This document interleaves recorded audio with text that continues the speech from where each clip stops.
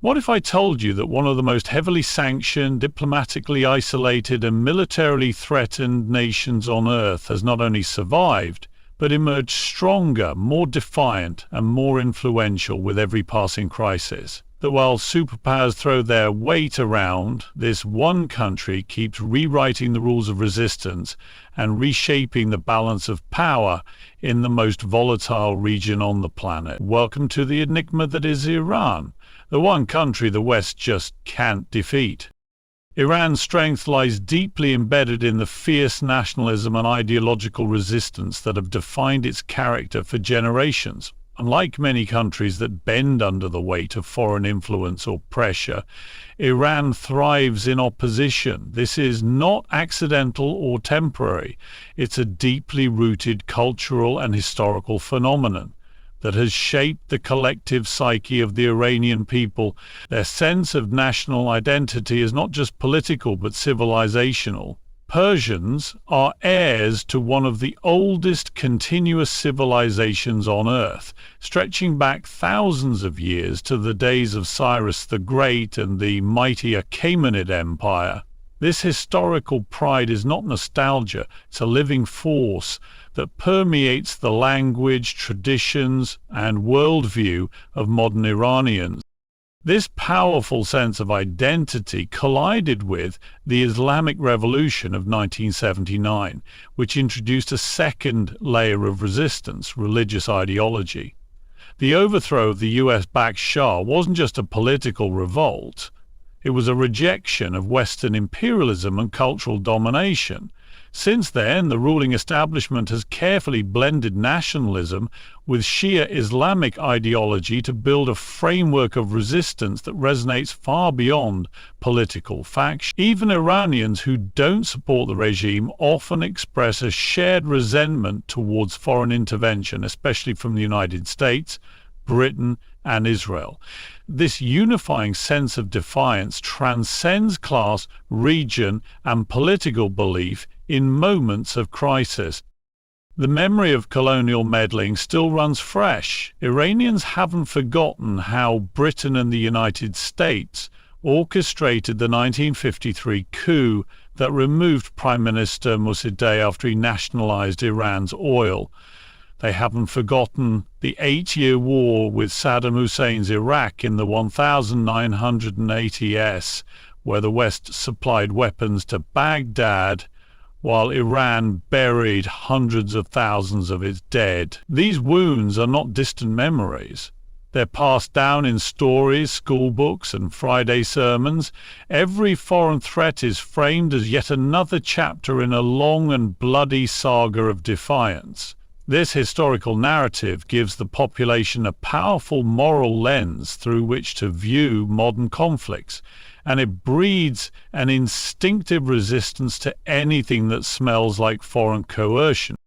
The ideology of the Islamic Republic isn't merely about governance, it's about struggle. The regime has cultivated the concept of resistance into a full-blown doctrine. This manifests in the doctrine of Nizam Muqawamat, or resistance system, which teaches citizens that hardship, isolation, and war are noble prices to pay for independence. It casts Western sanctions as badges of honor, not humiliation. It sees assassinated scientists and generals not as victims, but as symbols of righteous defiance. And it rallies the public with slogans like "Death to America," not just as a threat, but as a ritualized reaffirmation of national dignity. Even under crushing sanctions, economic hardship, and domestic protests, this ideological core endures. When Soleimani was assassinated, millions took to the streets, not just regime loyalists, but ordinary Iranians who saw the act as an affront to their nation's sovereignty.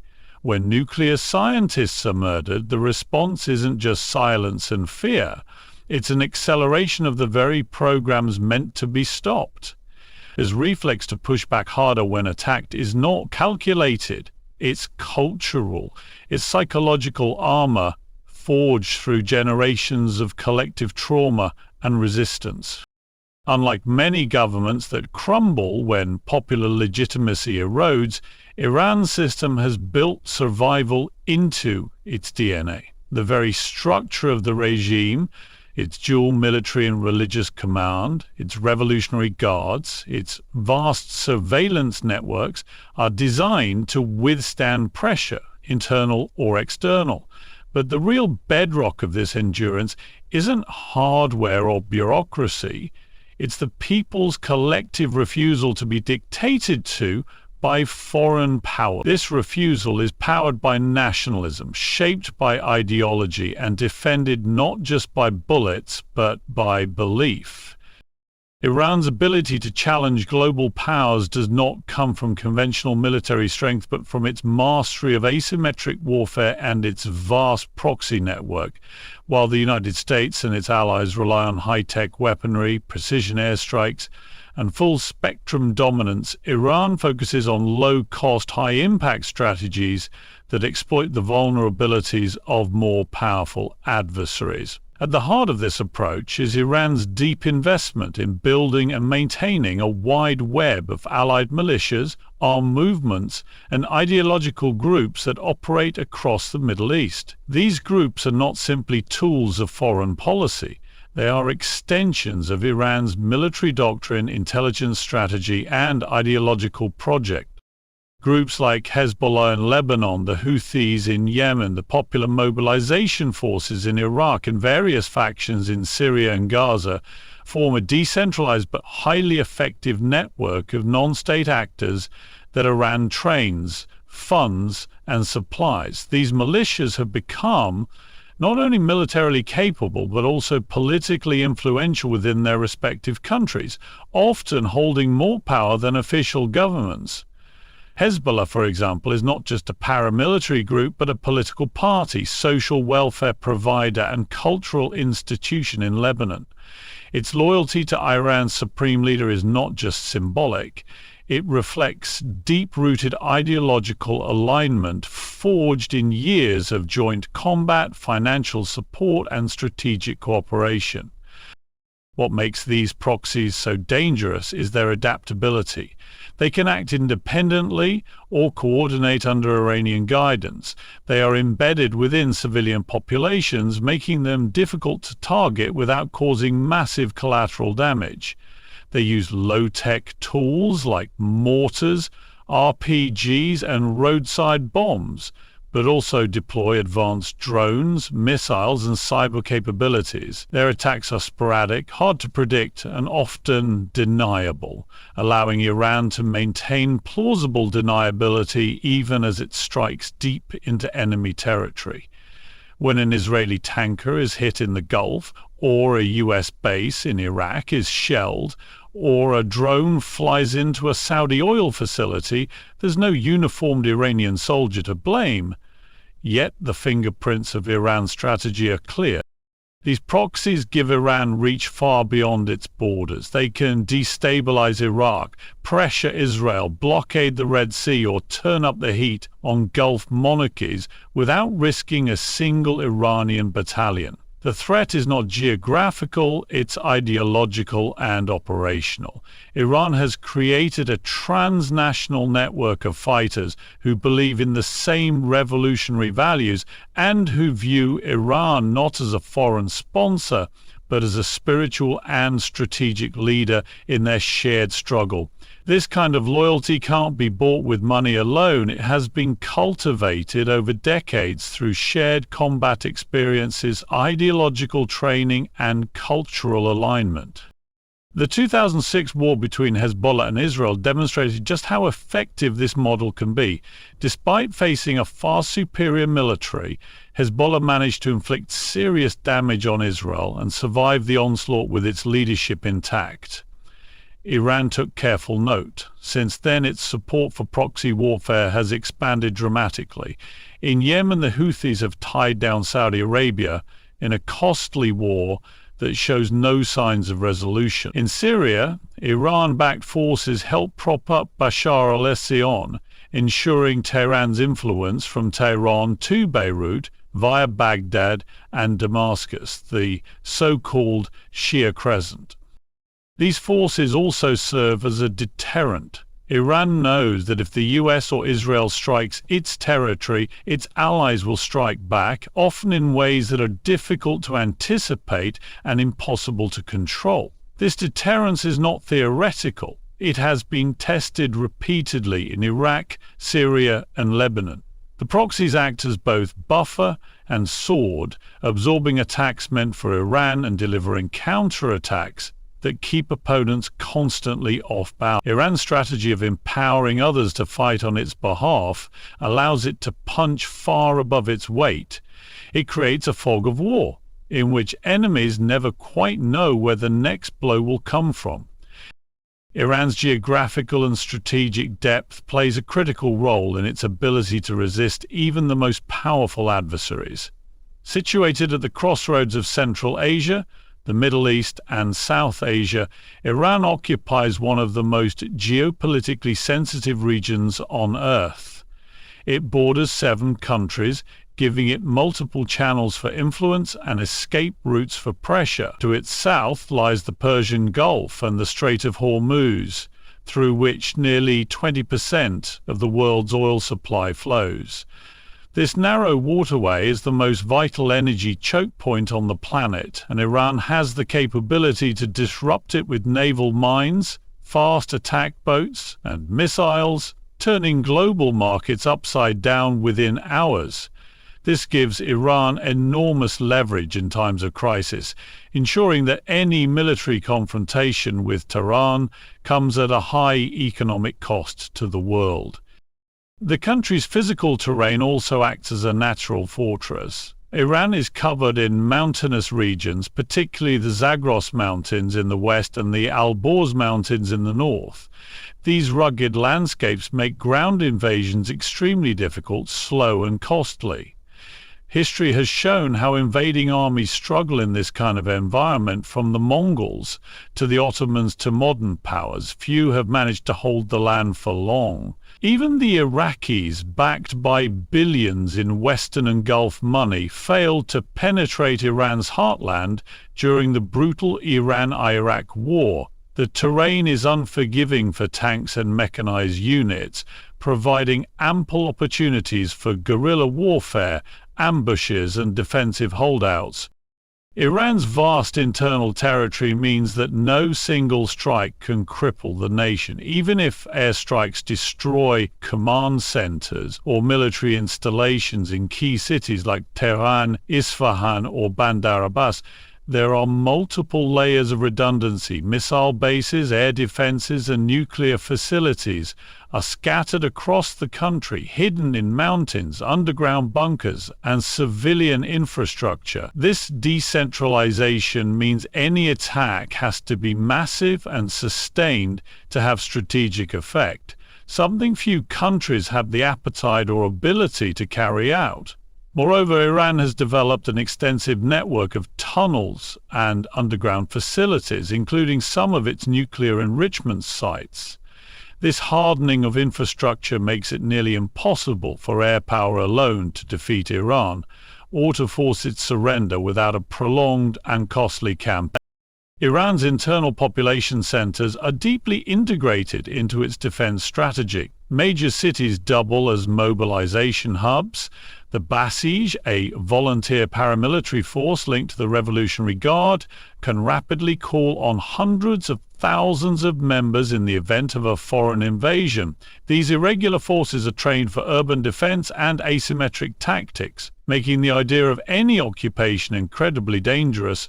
Unlike in other war zones where large parts of the civilian population may be passive or hostile to local regimes, in Iran, national pride often overrides political grievances when facing an external threat. Even regime critics are likely to rally against a foreign invader.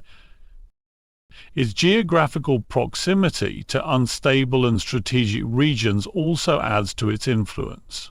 To the east lies Afghanistan, where Iran has built relations with various Shia and non-Taliban groups, creating influence that stretches into South Asia. To the west is Iraq, where Tehran exercises massive sway through the Shia-dominated government and militias that operate independently of Baghdad. To the north, its influence touches the Caucasus and Central Asia, where energy politics and ethnic ties give Tehran an indirect role in post-Soviet geopolitics. All of this creates a layered system of defense, not just with soldiers and weapons, but with mountains, borders, terrain, tunnels, and people. Iran cannot be boxed in or surrounded easily. Its landmass allows it to absorb strikes, recover, regroup, and strike back through unconventional means. The sheer scale and complexity of Iran's geography make it a nightmare for any military planner hoping for a quick or decisive campaign. Iran's investment in cyber and missile capabilities has reshaped its strategic posture in the 21st century, enabling it to project power, deter adversaries, and retaliate without engaging in traditional warfare. These two elements, cyber and missile technology, form the core of Iran's modern asymmetric warfare strategy, providing it with tools to strike beyond its borders, manipulate global systems, and demonstrate strength in the face of international isolation.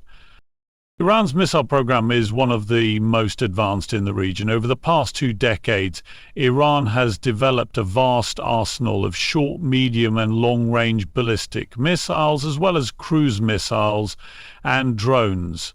These weapons are not just for show. They have been tested in real combat situations and have proven their effectiveness.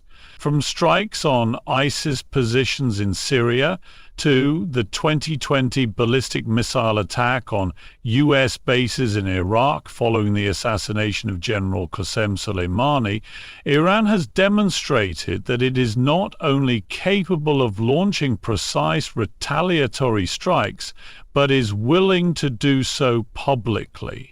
The missile barrage on Ain Assad base, in particular, marked the first time a state had directly attacked U.S. forces with ballistic missiles in decades, and it showcased the accuracy, coordination, and confidence behind Iran's missile doctrine. The technological sophistication of these systems has grown, despite sanctions and international pressure. Iran has mastered solid-fuel missile technology, allowing for quicker launches and easier storage compared to liquid-fueled systems. It has also integrated mobile launchers, making it more difficult for adversaries to detect and preemptively strike its missile batteries. Some of Iran's missiles now carry ranges that cover all U.S. bases in the region, Israeli cities, and the capitals of Gulf Arab states. Tehran has also made clear that any attack on its soil will be met with swift missile retaliation, including against key infrastructure, oil facilities, and military assets across the region. Parallel to its missile advancements, Iran has built a cyber warfare capability that is both aggressive and innovative.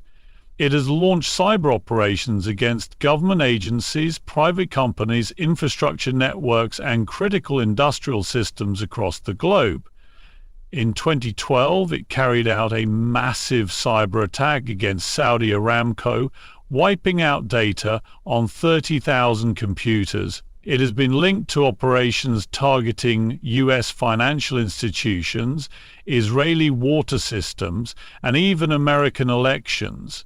These cyber attacks are designed not only to cause damage, but to send political messages and test the vulnerabilities of advanced societies that depend heavily on digital infrastructure.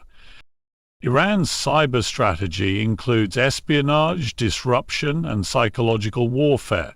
Its hackers infiltrate systems to steal sensitive data, spread disinformation, and manipulate narratives to influence public perception both inside and outside the country.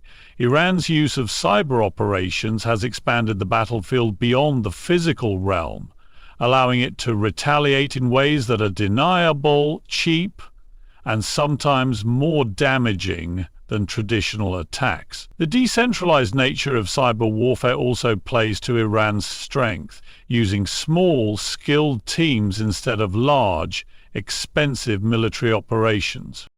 Importantly, these capabilities allow Iran to impose costs on its adversaries without inviting full-scale war. A missile can strike an oil field and send shockwaves through global energy markets. A cyber attack can cripple power grids, disrupt financial systems, or leak embarrassing intelligence. This creates a new form of deterrence, where Iran doesn't need nuclear weapons to show its strength. Its missile and cyber tools act as equalizers, narrowing the gap between it and more technologically advanced foes like the United States or Israel. By continuing to invest in these domains, Iran ensures it has the ability to respond swiftly and powerfully to any threat, even as it remains under heavy international scrutiny and pressure. Iran's political structure, though often described as authoritarian and theocratic, is uniquely resilient because of its hybrid model that fuses religious authority with republican mechanisms. This duality has created a system that can withstand both internal unrest and external pressure by distributing power across several layers while retaining centralized ideological control. The supreme leader holds ultimate authority over state matters, military, judiciary, and media, ensuring that the revolutionary ideology remains intact. Yet, the presence of elected institutions like the presidency, parliament, and local councils gives the system a veneer of public participation which can absorb and redirect dissent without destabilizing the regime itself. The resilience of this political system lies in its ability to adapt to crisis. Over the years, Iran has experienced protests, political rivalries, economic sanctions, assassination campaigns, and wars. Yet it has not fractured. Part of this is due to the regime's sophisticated control over the narrative. The state has invested heavily in media, education, and religious institutions to ensure that its version of events is the dominant one. It frames its enemies as either imperialist aggressors or Zionist conspirators, turning foreign hostility into a source of internal legitimacy. This ability to externalize blame helps redirect popular frustration away from the regime and toward perceived outside threats, especially the West.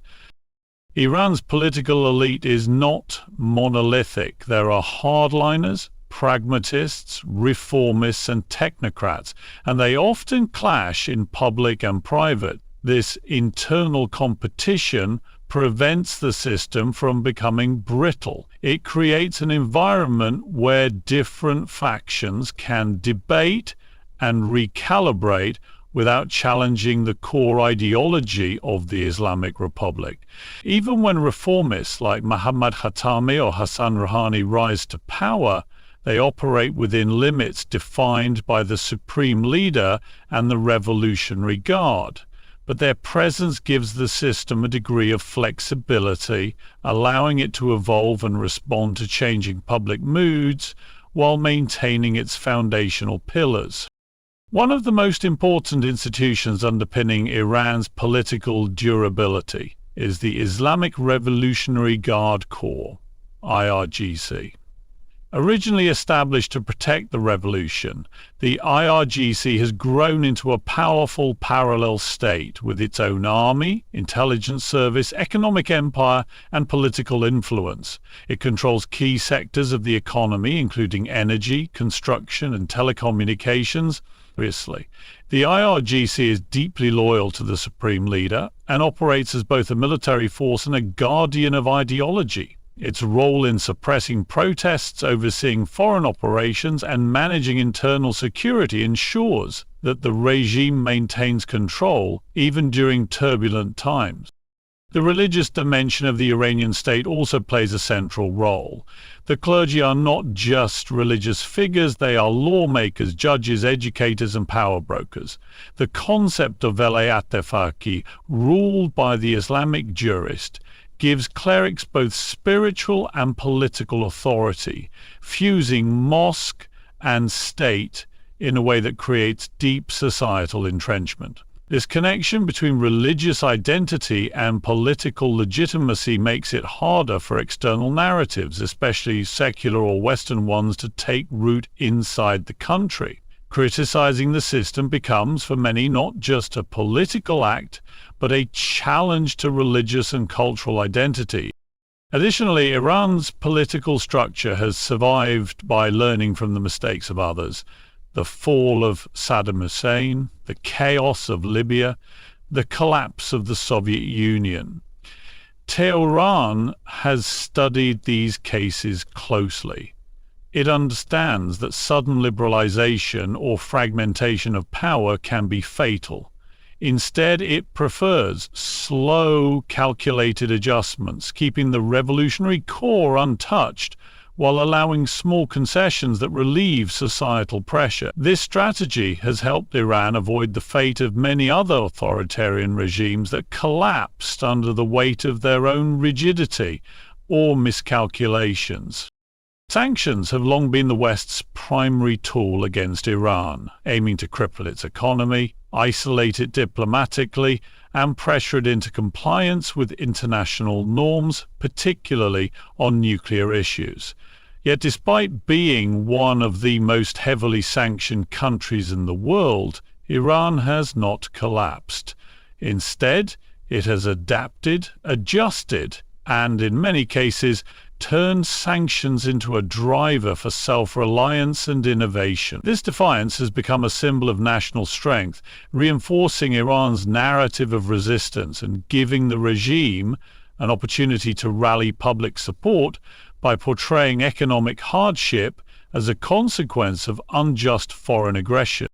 The Iranian economy, though battered by decades of sanctions, has proven remarkably resilient. This is largely due to its diversity. Unlike Gulf monarchies that rely almost entirely on oil exports, Iran has a mixed economy with strong agricultural, industrial, and technological components. It has an educated workforce, a vibrant private sector, and a large internal market. Even when its oil exports are choked by US sanctions, Iran finds ways to keep revenues flowing through creative means: shadow shipping, barter deals, regional trade, and clandestine banking channels.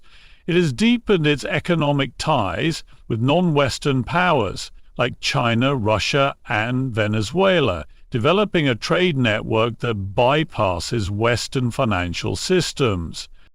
Crucially, sanctions have pushed Iran to invest in domestic industries. It now produces its own cars, medicines, drones, and military hardware. Where it once imported consumer goods, it has substituted with domestic manufacturing.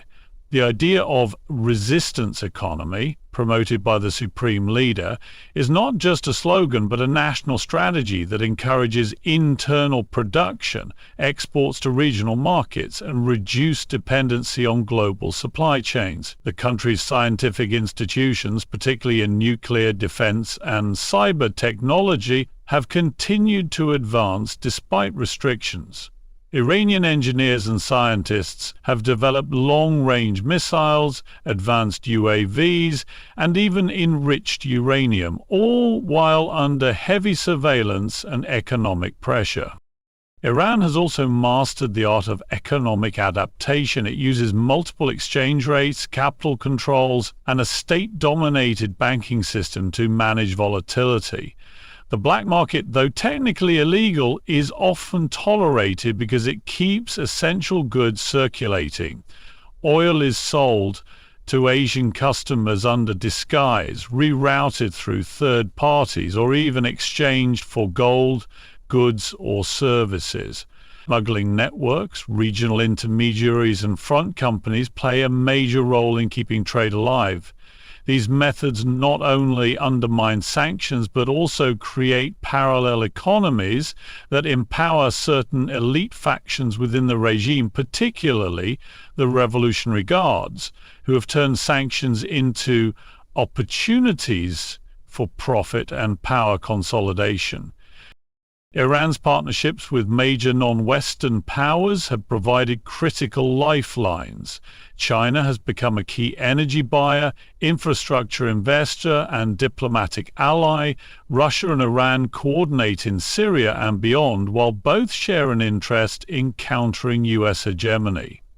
The Shanghai Cooperation Organization and other regional forums give Iran a platform to engage economically and politically without Western oversight. These alliances are strategic, offering not just economic benefits but also protection in the form of shared intelligence, military coordination, and mutual support at international forums like the United Nations. The psychological impact of sanctions also plays a unique role. Rather than break the population's will, years of economic siege have instilled a sense of defiance. Many Iranians view sanctions as collective punishment and rally behind their country even if they oppose the regime. The suffering is real: high inflation, job losses, shortages, but the blame is often directed at the United States and its allies rather than at local leadership. This helps the regime maintain its grip on power and justify authoritarian controls under the pretext of national security and sovereignty. The international community continues to debate the effectiveness of sanctions, but Iran's ability to survive, adapt, and even thrive under economic warfare shows that pressure alone cannot subdue a nation that has embedded resistance into its political identity, economic planning, and national psyche. Iran's enduring defiance in the face of overwhelming military, economic, and diplomatic pressure is not a product of luck or mere rhetoric. It is the outcome of a deeply rooted strategy shaped by geography, ideology, history, and pragmatism. From its mastery of asymmetric warfare and proxy networks to its hardened geography and strategic positioning, Iran has built a system that frustrates conventional power. Its political structure, while authoritarian, is engineered for survival, balancing repression with controlled reform and ideological coherence. Its missile and cyber capabilities give it a reach that transcends borders, while its ability to survive and even adapt under crushing sanctions has turned isolation into a proving ground for resilience. The West may have greater firepower and economic muscle, but Iran plays a different game, one of endurance, adaptation, and strategic patience. And in that game, it has shown time and again why it remains a country that cannot be easily defeated.